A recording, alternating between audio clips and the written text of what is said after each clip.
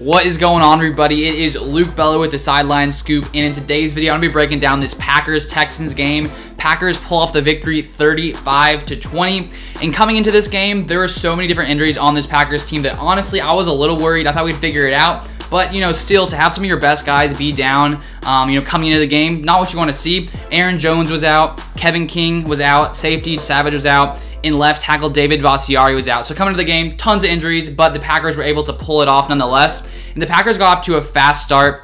In the first half, the Packers were up 21-0 going into halftime. And Aaron Rodgers' first half stats were just crazy. 16 for 21. 197 yards, 3 touchdowns, and a 144.2 passer rating. Just crazy. And then Davante Adams in the first half, 8 receptions, 114 yards, and 1 touchdown. So obviously, the Packers came to play. So I think after last week's game, when the Packers lost to the Buccaneers and Aaron Rodgers threw 2 interceptions, there's also people that were sort of doubting Aaron Rodgers and sort of what he had done up to that point in the season. But it was only one game, and Aaron Rodgers talked about that. He was like, it's only one game, we just have to bounce back. And they obviously did that today. Aaron Rodgers finished the game 23 for 34. 283 yards, 4 touchdowns, 0 interceptions, a 132.4 passer rating. 2 of those touchdowns went to Davante Adams, who had 13 receptions, 196 yards. Crazy game by Davante Adams, almost tied his record, which is for receptions in a game, which is 14.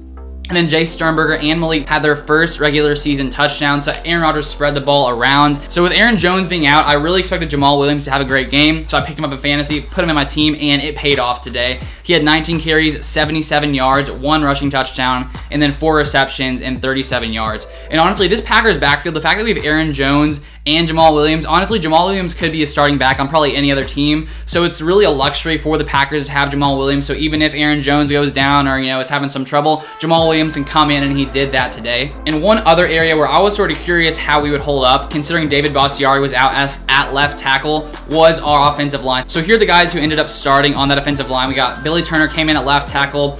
Elton Jenkins stayed at left guard. Corey Linsley stayed at center. Then we have Lucas Patrick at right guard and Rick Wagner at right tackle. So the Packers had to move some things around with Bakhtiari being out. And considering Bakhtiari is probably the best tackle in football, I was wondering how the Packers would do. They ended up with 0 sacks. They protected Aaron Rodgers, which of course allowed him to have such a monster game, passing to Davante Adams, spreading it all around. So here's a quote from Rodgers after the game. He said, "I'm really happy the way those guys played." He said there were multiple times there were one-on-ones, 5 up front against 5 rushing, and we didn't give up any sacks. So great game from these guys who came in and filled the spot of David Bakhtiari. Even though he was out, the Packers were able to hold up and honestly really outperform my expectations for the line with David Bakhtiari not being there. So now let's take a look at this defensive side of the ball. The Packers came into this game being ranked 20th in points allowed per game with 27.8.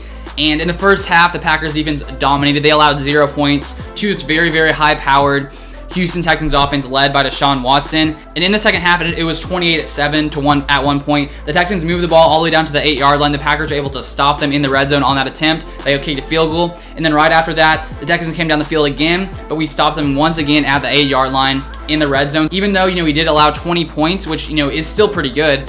We were really good when it came to the red zone and really stopped the Texans offense when we needed to. So overall, Deshaun Watson still had a great game. He was 29 of 39, 309 yards, 2 touchdowns, 0 interceptions, a 114.2 rating. So if we take a look at the receivers, their number 1 option was Will Fuller. I talked about that coming into the game, how he's just been so good this year. And of course, with Jaire Alexander being the number 1 cornerback in the league, I thought that was going to be a great matchup. And honestly, Will Fuller, he was pretty much silent a majority of the game. Alexander held him to 35 yards on 3 catches. And Will Fuller had 1 touchdown, but that came in garbage time, like at the end of the game. It was like a 5-yard little touchdown. But honestly, Alexander really held Will Fuller in check. And so because of that, the Texans had to spread the ball to other guys. Randall Cobb actually ended up being the guy who had the most receptions, probably the best receiver in this game. He had 8 receptions, 95 yards. And of course, as a Packers fan, we all remember Randall Cobb. Honestly, I think the Packers should call up Houston and be like, hey, Houston, maybe we can have Randall Cobb. What do you guys say? Because Randall Cobb looked good in that game. And I think the Packers could use him considering, we have Allen Lazard injured. Let's call up Randall Cobb. And then Brandon Cooks had 7 receptions for 60 yards. So pretty much every game, Jaire Alexander has shut down great wide receivers like Will Fuller, Mike Evans, lots of these other guys. He has just completely shut them down. You're sort of making and forcing the opposing offense to find other guys to pass it around to. And the last area I want to break down for this defense that I sort of talked about in a previous video was sort of talking about how much we pressured the quarterback, because so far this season, compared to last season, we haven't really done as well in that category, but today we had a great day when it came to rushing the passer. We actually had 13 pressures in this game, which was a season high. We ended up with 3 sacks as well. Zadarius Smith had 1 sack and 2 QB hits. Great game for him. And Adrian Amos actually came in with a sack, and Chris Barnes came in with a sack. And the Packers actually pressured Watson on 30% of dropbacks. And if you watch that entire game, you could just sort of notice it was just a much different feel. Like last week versus the Buccaneers, it seemed like we just couldn't get any pressure on Tom Brady. And then in this game, just sort of watching, you just sort of notice we were bringing pressure a lot more like 4-man fronts coming up and rushing the quarterback. And honestly, you know, I think that really just led to the defense just having a much better game and really being able to hold, you know, this Texans team in check pretty much all the game. So that is going to be all for today's video. Packers bounce back after losing last week to the Buccaneers. But thank you guys so much for watching. Make sure you smash the like button as always. Let's see if we can get to 60 likes on this video. I usually like 30 or 40, but let's go for 60. Why not? Gotta dream big. If you have yet to subscribe, you want to see some more Packers content, some more NFL content I've been putting out. I put out like 11 videos last week. I'll probably put out 5 to 10 this week. So if you guys want to see that, make sure you subscribe and turn the post notifications on so you get notified when I make these videos. But thank you guys so much for watching. Have a great rest of your day, and go Pack Go.